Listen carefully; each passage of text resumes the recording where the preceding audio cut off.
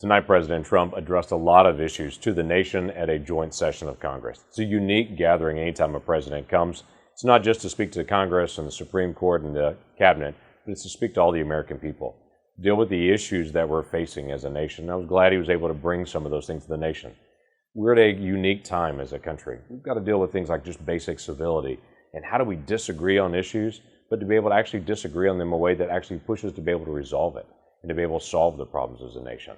So glad to be able to see a tone and a structure to be able to say, let's work together on these things.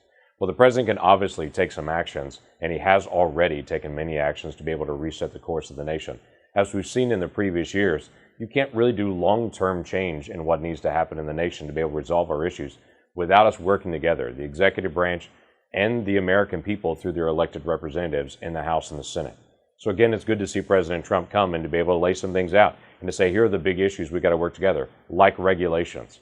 Regulations can be handled by the executive branch, but real reform in regulations will be done through the legislative branch, through us actually bringing statutes up, passing them, and changing forever, allowing the American people to have more input. I have several bills that are working currently through my own committee, the Regulatory Affairs Committee that I chair, where we're working to make permanent changes on how the American people get greater input in the regulatory state and what happens from there. Obviously, healthcare is a big deal. We've got to work through the legislative branch and the executive branch to resolve that. The president brings that up. Those are big issues that we have to resolve. It is impending on us right now to do this.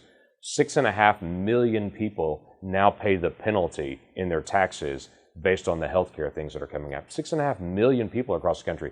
That's 6.5 million people that most of them used to be covered by insurance that now are not covered by insurance. As literally the insured and uninsured in America have switched over. That has to be resolved, and in the days ahead, Congress will continue to be able to put those things out, and we look for a presidential signature who's already agreed to be able to make major changes in how we get health care coverage to people across the country and bring prices down. We've got to deal with national security, which has been a big issue for the president. There are a lot of things the president can do, and he laid out tonight, but there's also a lot that we have to work together on, both budgeting for national defense, finding a way to deal with national defense budgeting without taking us farther into debt as a nation. So that means smart budgeting, not across-the-board cuts, but actually being more strategic on how we actually handle the budget items. National security issues like border defense, and what are we going to do to secure our borders? But it's also things like economic defense.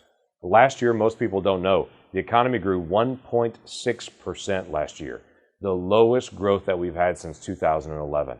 It was a dramatic decline again in our economy last year. So while the election was happening and people didn't notice, the economy was dragging again. We've got to get economic activity. It's why I'm pleased to be able to hear all the conversation, not only about tax reform, but about regulatory reform. And what are we going to do to get more power to the American people, to be able to start businesses, innovate, be more creative, and to prioritize what's happening here with our economy and the growth. The world grows as we grow our economy. So it's essential that the American economy grows strong. So glad to be able to hear the conversation, looking forward to the ongoing debate, trying to keep this debate civil as we deal with hard issues around the country, but we can deal with these together. America's been in tougher spots than this. We can do this, and we'll do it together, and look forward to that ongoing work now with the President, the House, the Senate, and all of us together across our state.